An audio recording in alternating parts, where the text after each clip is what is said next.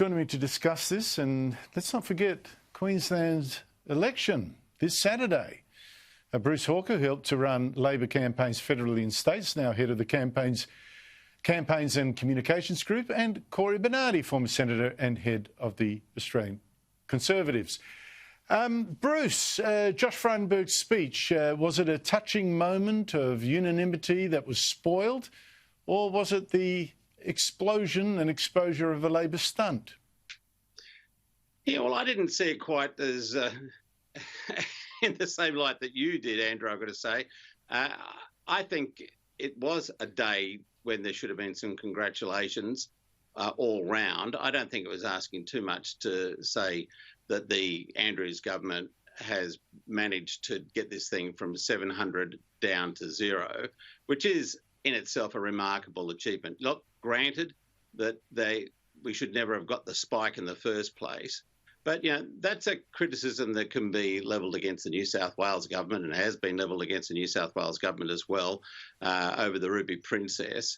I didn't think it was such a terrible thing to say that Andrews had really worked hard for the last 100 or more days to get this thing back under control. It was a hell of a job, and you know, he worked every one of those days with his team to get it back under control. Now, yeah, Josh Frydenberg made a passionate speech about, you know, who he saw as being the true heroes, and of course, it's always going to be the people of the state or the community who have to be praised above all for their efforts. But now, I don't think you should actually be saying that the Victorian government had nothing to, you know, that was praiseworthy in their efforts. It's an incredible effort to be able to get it from 700 down to 0, for it not to blow out in the way in which it has in the UK and other jurisdictions where it is terrible. Maybe look, you make a point there, Bruce. Unfortunately, though, they also got it from 0 up to 700 in the first place.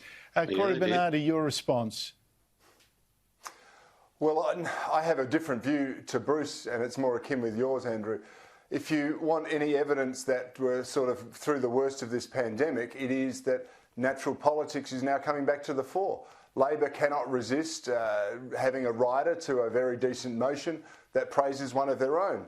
It was notable to me that that's the first time I've heard from Richard Marles in a very long time, not one word of criticism or about how Victoria has you know, locked up its people, how it's destroyed its economy, how it conflated these figures in the first place, or inflated them, I should say. The Victorian federal MPs have been absolutely silent. And I contrast that with, say, Sarah Henderson or Bridget McKenzie or Josh Frydenberg, who have been out there every day saying, you know, this is not necessary. You are destroying lives, you are destroying our economy, you are bankrupting businesses, and you're doing it, you're lying to us as well, almost every single day.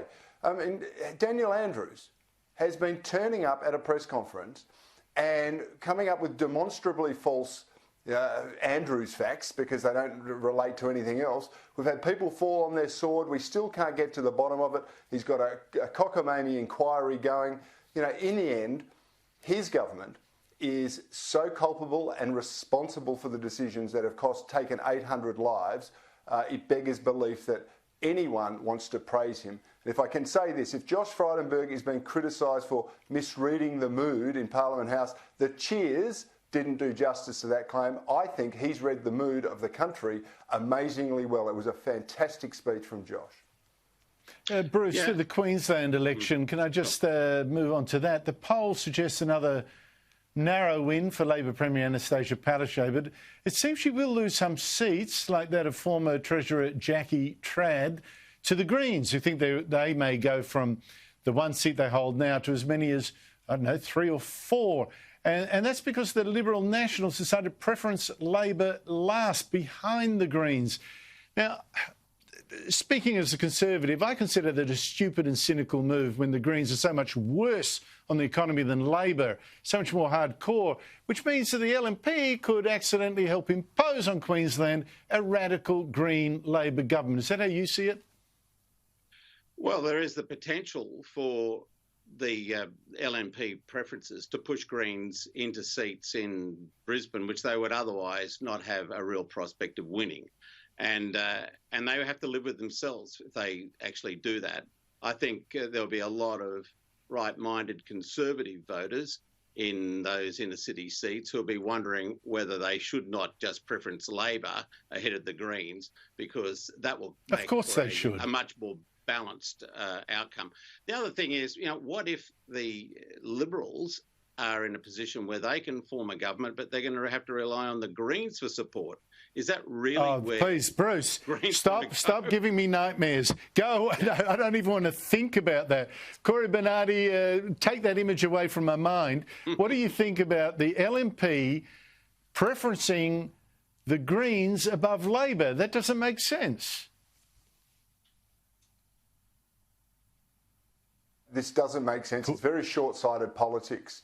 And look, Jackie Trad might well be a Green herself effectively, but there is a principle at play here. The Greens are a hard-left radical party, and they are, we know, the tail that wags the Labor dog. We've seen that before. And I'd make this point. Remember, in Victoria, it was when Baillieu was running, he was sort of under the pump a little bit and wanting to dally with the Greens.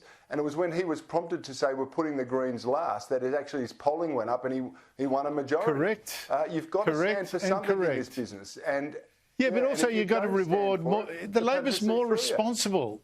Labor's more responsible than the Greens. You shouldn't do this. Now, but on the other hand, Palaszczuk, Bruce, I'm running out of time. I just wanted to throw this at you. Palaszczuk couldn't have been helped by the plea of former Labor Premier Peter Beattie to open up Queensland borders. Here he is. Whether it's Anastasia or Deb Freckington, whoever wins, they're going to be faced with an economic tsunami. Not a good one. So they've got to work out how to go from here. What I'm saying is, OK, what was done in the past, let's give everyone a big tick for that. Let's move forward, and the way to move forward is to open up the borders. Well, I will listen to the health advice. That is what I've always maintained, and that is what has made Queensland stand strong during these times. We have a strong health response, which means our economy is opening up. Bruce, why would Peter Beattie have chosen that moment to make that argument? Yeah, I've got great respect for Peter Beattie, but I've got the feeling that he's stuck in Sydney and he wants to get back to Queensland. This is the only way he's going to do it. Is that how you see it too, Cory?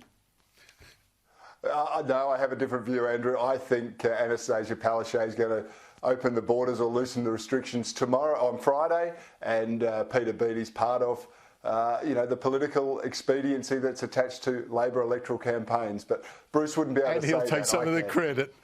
Oh, mate, two cynical men, but you know politics better than me, so why not? Can I say one thing, Andrew, before we go? Yeah. The last time that Cory and I caught up with one another, he probably doesn't remember this, was election day in the United States in 2016. We're in a little TV studio, and I came out of it confidently telling him that Hillary Clinton had won, and sent him into a depression, which only lasted for about 3 hours. But so much for my predictions on US election campaign.